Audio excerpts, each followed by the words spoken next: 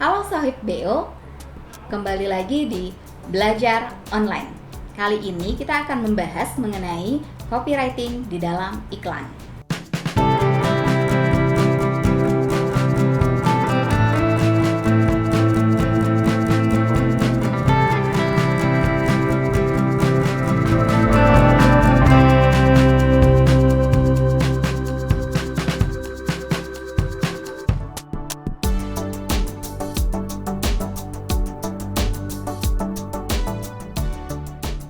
Di dalam iklan, yang paling mempengaruhi iklan itu sendiri adalah naskah iklan.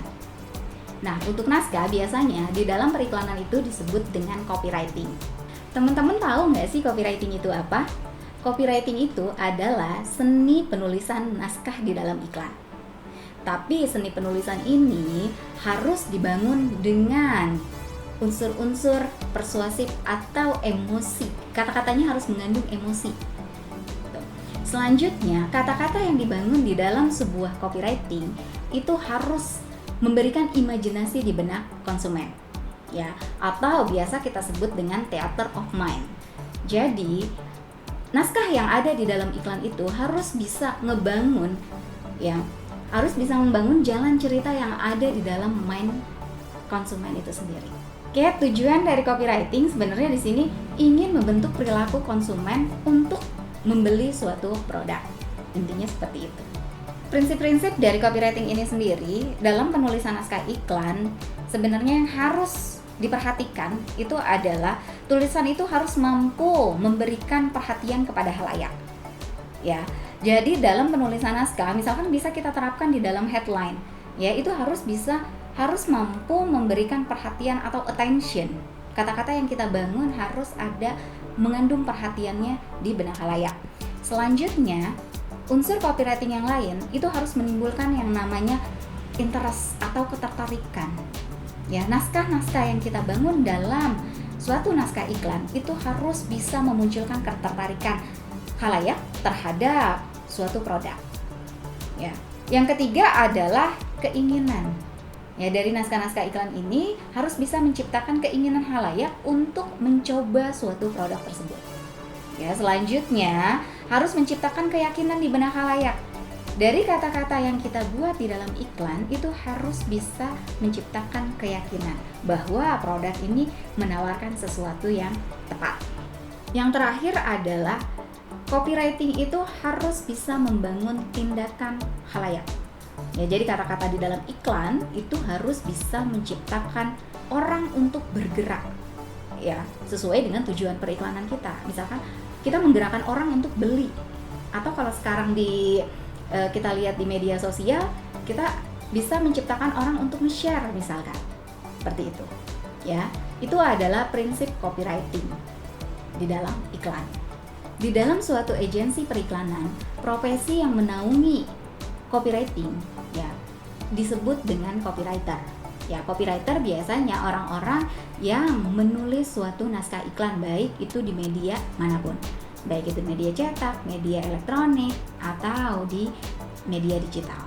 Flow bekerja copywriter di dalam suatu agensi periklanan dimulai dari ketika si AE menerima brief dari klien, ya, dia akan menciptakan yang namanya client brief, yang isinya adalah mandat-mandat dari klien. Selanjutnya, client brief itu akan disampaikan kepada kreatif departemen. Nah, salah satunya adalah copywriter dan art director. Nah, ketika copywriter dan art director itu melakukan brainstorming, menentukan yang namanya ide, menentukan yang namanya tujuan periklanannya, yang menentukan alur cerita iklannya. Selanjutnya, copywriter menciptakan yang namanya creative brief. Ya, creative brief itu apa? Creative brief itu adalah acuan kita dalam membuat suatu naskah iklan.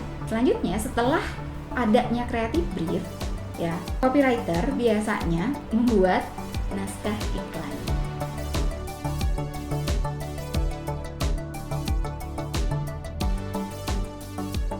Dalam copywriting, ya, seorang copywriter itu harus tahu terlebih dahulu yang namanya anatomi yang ada di dalam sebuah iklan. Ya, anatominya apa aja sih dalam naskah periklanan? Ya, pertama ada yang kita sebut dengan yang namanya headline. Ya, headline itu apa sih? Headline merupakan judul, ya, atau inti sari dari sebuah pesan periklanan. Ya, di sini headline harus dibuat semenarik mungkin. Karena apa? Karena headline itu harus memandu si halayak atau si pembaca ke bagian selanjutnya. Ya, makanya headline itu harus dibuat seatraktif mungkin. Headline yang baik itu yang pertama harus bisa memunculkan benefit produk. Ya, jadi membuat headline itu harus bisa memunculkan yang namanya manfaat produk. Ya, manfaat ini apa aja sih di dalam sebuah produk? Ya, dalam membuat headline kita bisa memunculkan keuntungan atau manfaat secara ekonomis untuk si halayak. Contohnya misalkan contohnya pada produk iklan sabun cuci. Ya, contoh headline-nya adalah paket ekonomis di saat krisis, misalkan seperti itu. Itu kan memberi manfaat kepada si target audiens kita, apa yang didapatkan atau keuntungan apa yang didapatkan oleh target audiens.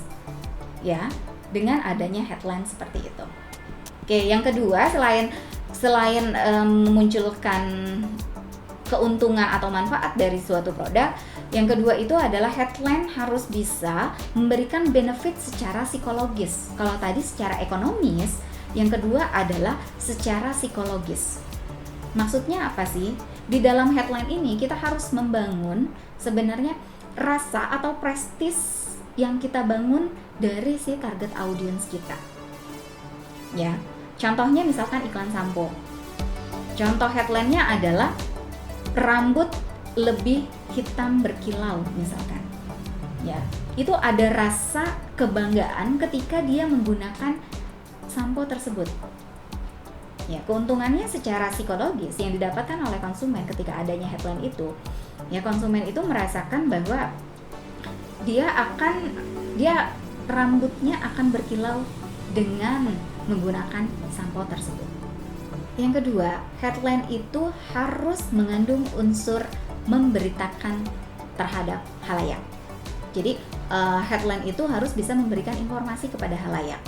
Ya, contohnya misalkan iklan apartemen nih, iklan apartemen kita memberikan informasi atau berita ya bahwa apartemen mewah dengan lokasi dekat kota, misalkan seperti itu.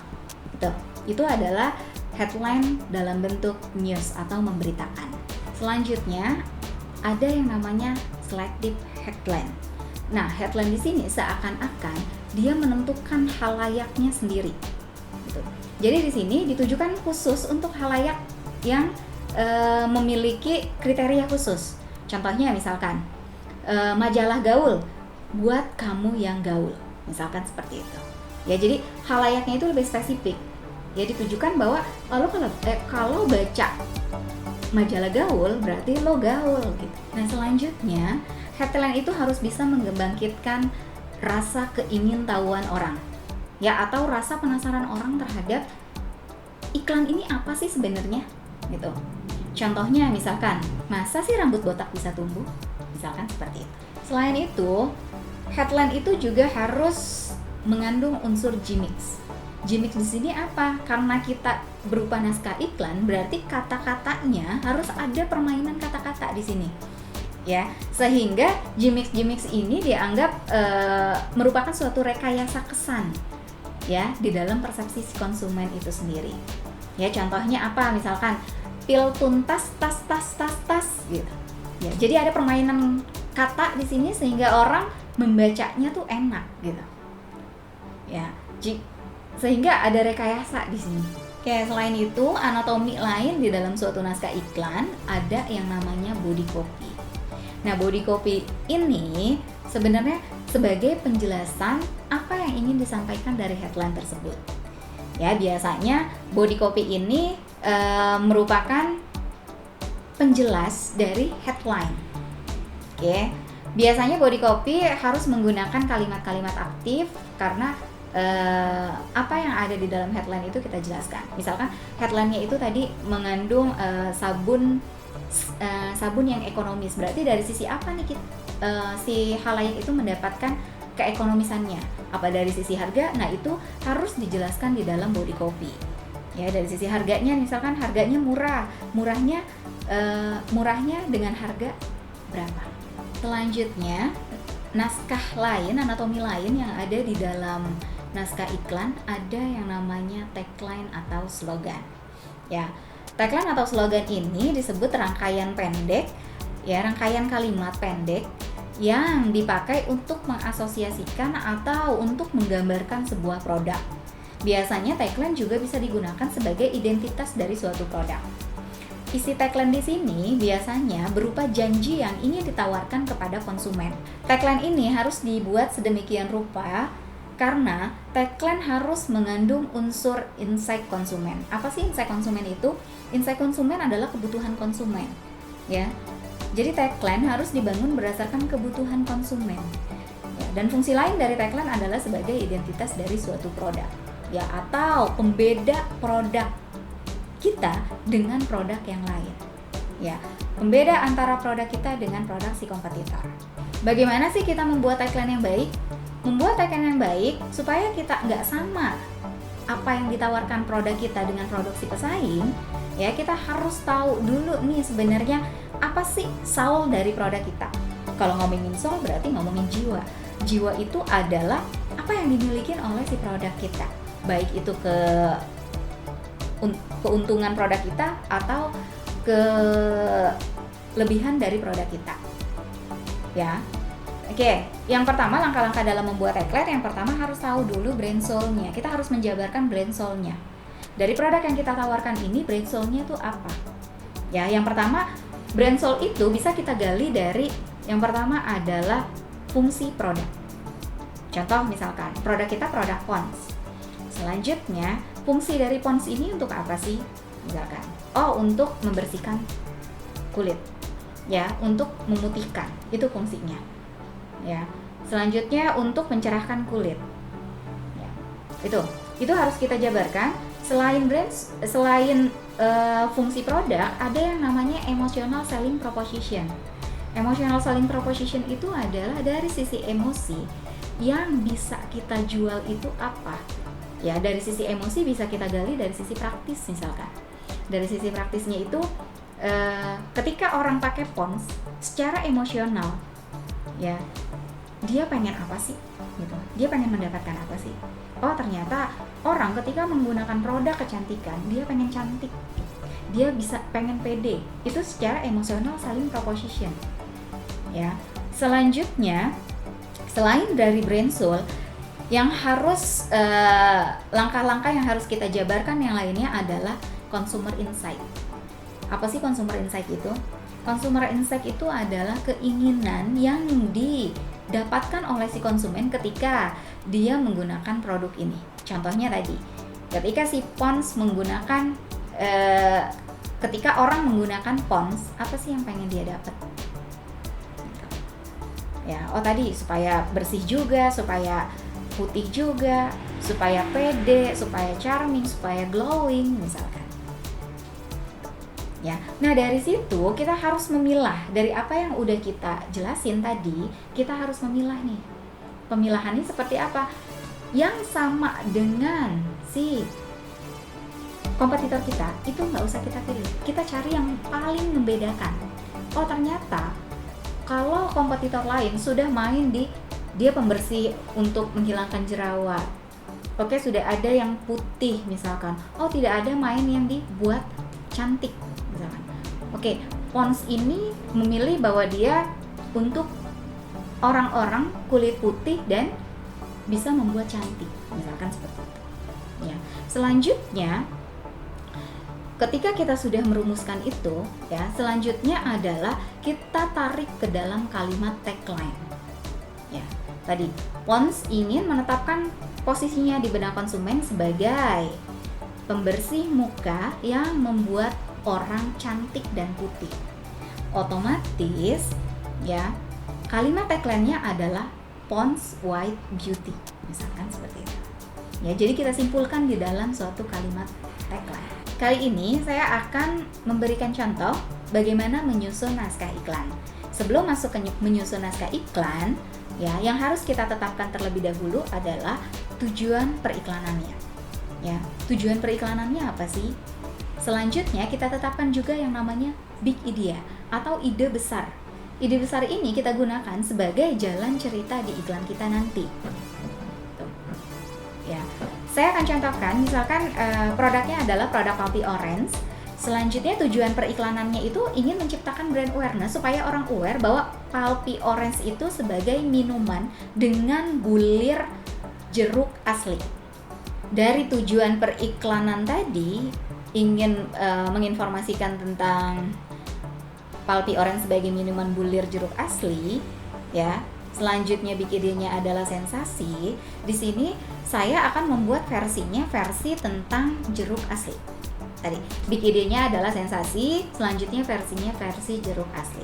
Saya pengen di sini menceritakan bahwa iklan ini adalah sensasinya dengan bulir asli, misalkan seperti itu, atau jeruk asli. Ya, headline yang akan saya buat yang pertama, headline-nya adalah temukan rahasia sensasi Palpi. Masih terkait dengan big idea tadi. Ya, temukan rahasia sensasi Palpi. Selanjutnya ada subheadline-nya. Subheadline-nya adalah komposisi pas sejuta manfaat. Ya. Di sini pengen ngejelasin dari subheadline ini, kan subheadline adalah kata penghubung dari headline ke body copy. Ya, komposisi sejuta manfaat itu maksudnya apa? Maksudnya rahasia si Palpi Orange tersebut adalah dia punya sejuta manfaat. Ya. Selanjutnya body copy-nya. Body copy-nya itu adalah 21/2 buah jeruk orange sama dengan 1 botol Palpi, yaitu yang berisi 360 ml Palpi Orange.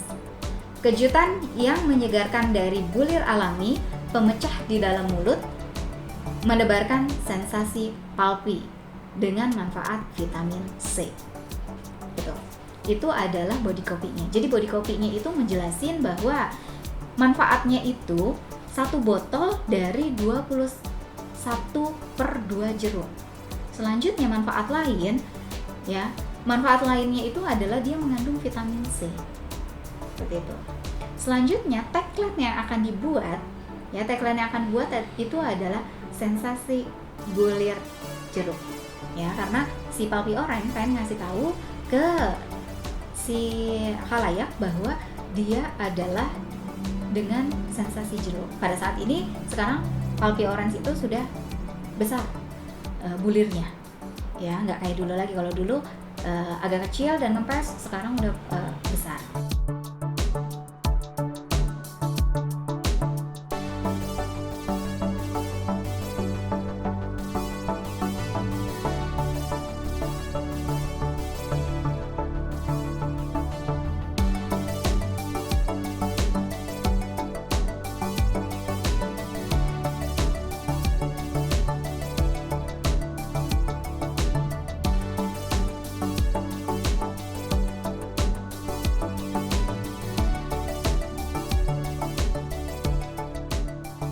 Oke teman-teman, itu dia pembahasan kita kali ini mengenai copywriting iklan.